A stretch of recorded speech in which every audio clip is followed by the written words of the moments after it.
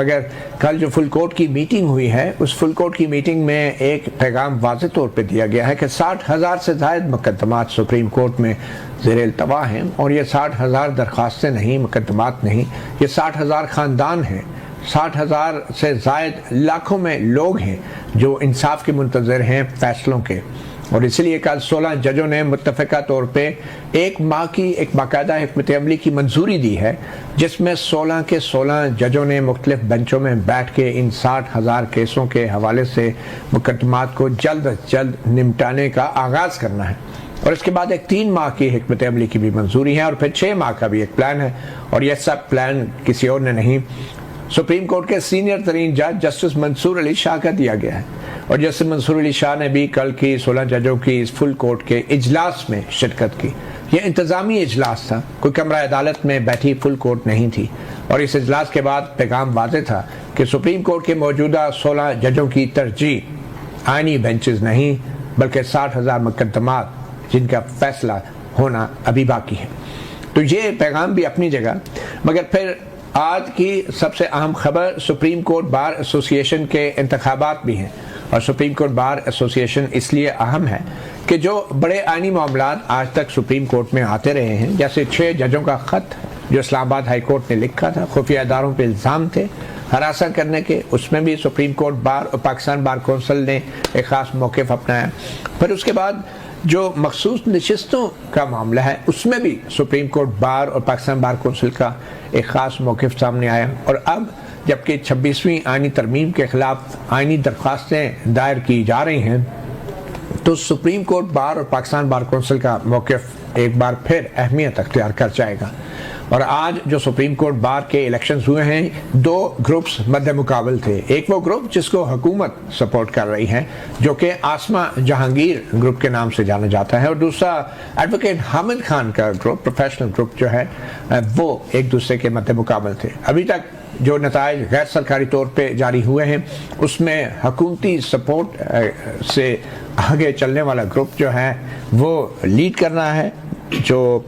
Advocate رؤف عطا ہیں وہ لیڈ کر رہے ہیں جو سپریم کورٹ بار کے الیکشنز کے ابھی تک کے آنے والے نتائج ہیں، اور ایڈوکیٹ منیر کاکڑ جو ایڈوکیٹ حامد خان گروپ سے تعلق رکھتے ہیں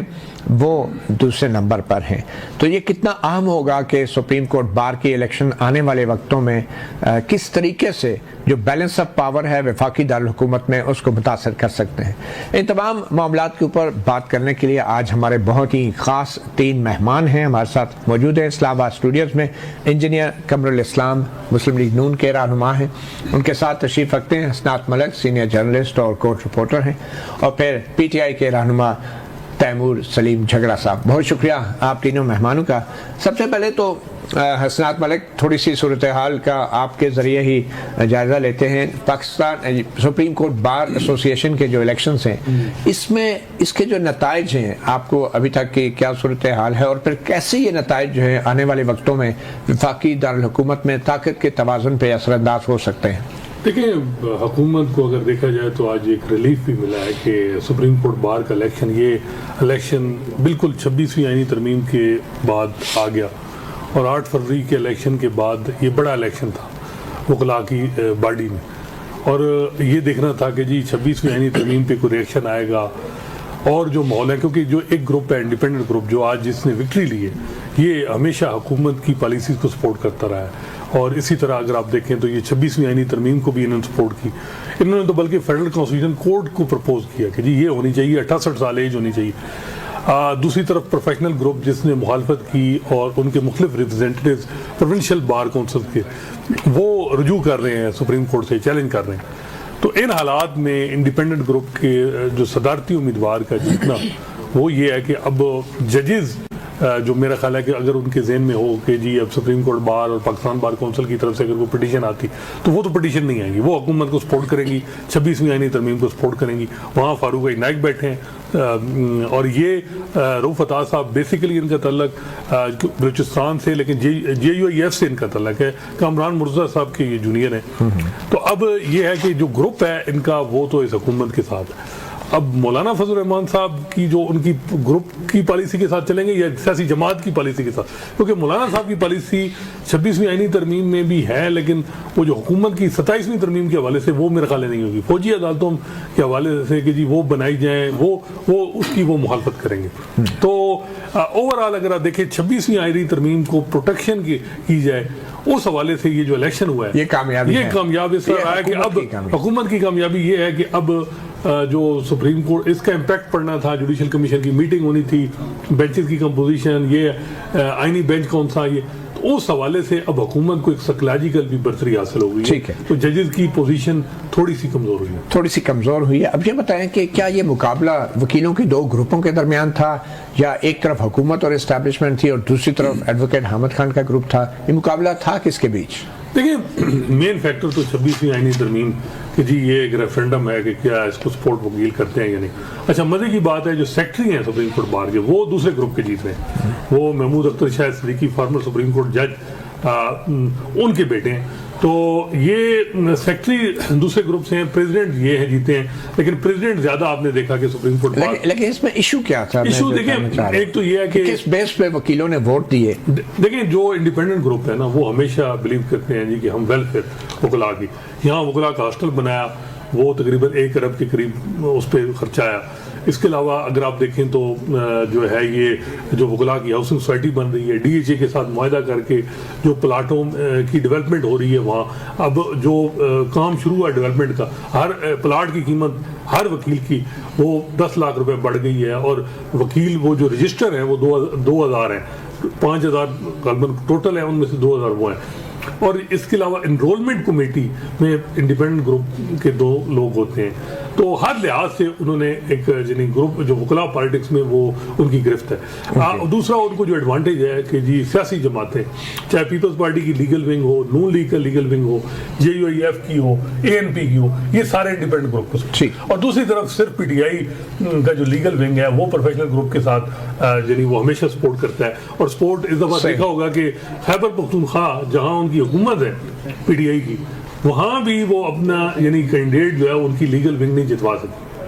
یہ آپ اندازہ مطلب اس طرف تو ہم مخالفت کر رہے ہیں کہ حکومت کو نہیں پڑھنا چاہیے، لیکن خیبر پختونخوا حکومت سے ہم توقع کر رہے ہیں کہ ان کو جتوانا چاہیے۔ ان کی جو لیگل ونگ دیکھیں انصاف لائز فورم جو ہے وہاں ہمیشہ وہ کام کرتے ہیں نا، صحیح ہے، وہ ان کا یہ ہوتا ہے کہ وہ چیزوں کو کرنا، لیکن وہ آپ سمجھتے ہیں ناکامی ہے کے پی کے گورنمنٹ کی بھی، بلکہ انصاف لائز فورم۔ دیکھیں یہاں مجھے ابھی میرے سینئر گورنمنٹ آفیشل بتا رہے تھے کہ باقاعدہ شہادت امان سینٹر اور سینٹر فاروق نائب صاحب کی ڈیوٹی لگائی گئی صدر صاحب کی طرف سے کہ آپ پہنچے کراچی، اس لیول تک انہوں نے ان چیزوں کو دیکھا۔ نون لیگ نے میں بھی پنجاب میں اسی طرح کی ڈیوٹی لگائی ہو لوگوں کی جو ان کے وکلا ایکٹیو ہیں جو، لیکن یہاں میرا خیال ہے پی ٹی آئی گورنمنٹ جو ہے وہ ڈیوٹی کیا لگائی تھی؟ دیکھیں وکلا کو کنونس کریں، ان کو کیا کنونس کرتا ہوتا ہے، کسی کو ہوتا ہے جی کہ آپ کو لا افسر بنا دیں گے، آج کل تو یہ بھی کہا جا رہا ہے کہ جی یہ جو جج اپوائنٹ کرنے ہیں اس میں بھی ہمارا جو ہے حصہ بڑھ گیا ہے، ہماری اکثریت ہے۔ تو یہاں لاہور ہائی کورٹ میں کتنی ویکینسی ہیں جی؟ لاہور ہائی کورٹ میں 24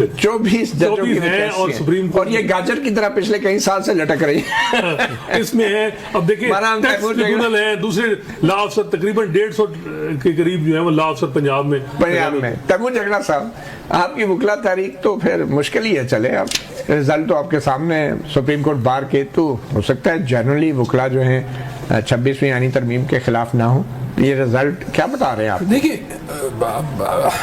مجھے آبویسلی وکلا کی پالیٹکس کی لمیٹڈ ہی جو ہے وہ سمجھ ہے یا فالوئنگ ہے، اور رزلٹس آ رہے ہیں، لیکن 3-4 باتیں میں کہوں گا جو میں انفارمیشن کلیکٹ کر چکا ہوں۔ پہلی چیز، اگر میری انڈرسٹینڈنگ یہ ہے کہ پریزیڈنٹ کی پوزیشن پہ یہ انڈیپینڈنٹ گروپ جیت رہا ہے، اور سیکرٹری کی پوزیشن پہ جو ہے وہ حامد خان صاحب کا، اس سے تو میں یہ مطلب لوں گا کہ جو ووٹنگ ہوئی ہے وہ کسی آئینی ترمیم کی بنیاد پہ نہیں ہوئی،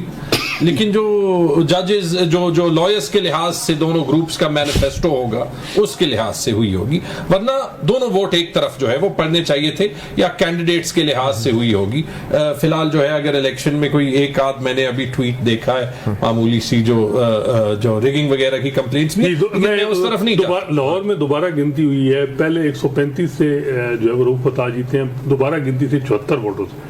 اتنا فرق پڑا کم ہوا ہے. کم ہوا ہے. اچھا. دوبارہ گنتی چلے بٹ ریگارڈلیس یہ میں ضرور کہوں گا کہ ایز اے لیمن میری یہ ایکسپیکٹیشن ہوتی کہ جب اتنا ایک کلیئر ڈیوائڈ تھا تو سوائے وہ وکیل جو کہ افیلیٹڈ ہے انڈیپینڈنٹ گروپ سے کہ یہ رزلٹ ون سائیڈڈ ہونا چاہیے تھا. اس میں کوئی شک نہیں کہ اگر ون سائیڈڈ نہیں ہے تو پھر یا تو کیمپین میں کوئی فلا ہے یا پھر جو ہے وہ کینڈیڈیٹس میں کوئی فلا ہے. حسنات صاحب کہہ رہے ہیں کے پی کے گورنمنٹ کی بھی ناکامی. دیکھیے وہ آپ نے بڑا اچھا ایکسپلین کیا ہے کہ اگر ہم الیکشنز کو یہ بنا دیں کہ گورنمنٹ کتنا کینوس کر سکتی ہے, کتنے پیسے دے سکتی ہے, شاید وہ کے پی گورنمنٹ نہیں کی وہ ان کو جو ہے وہ جواب دینا پڑے گا. ٹھیک ہے, لاہور بار کو پشاور برانچ کو دینے چاہیے تھے لیکن وہاں پہ میرے خیال میں ایون رزلٹ آیا ہے. یہ ہے 4 ووٹوں سے وہ جیتے ہیں. لیکن دو چیزیں پھر میں نے سنی ہیں کیونکہ آج کل کورٹس کافی جانا پڑتا ہے تو جو وکلا ریپرزینٹ کر رہے ہیں انہوں نے یہ پلاٹس کی بات کی کہ مینیفیسٹو بڑا کلیئر تھا. دیکھیں تو اگر ایک سائڈ جو ہے وہ اتنا ڈبیس کر رہی ہے, میری تو 2 کنکلوژنز ہیں اس سب سے. پہلی کنکلوژن تو یہ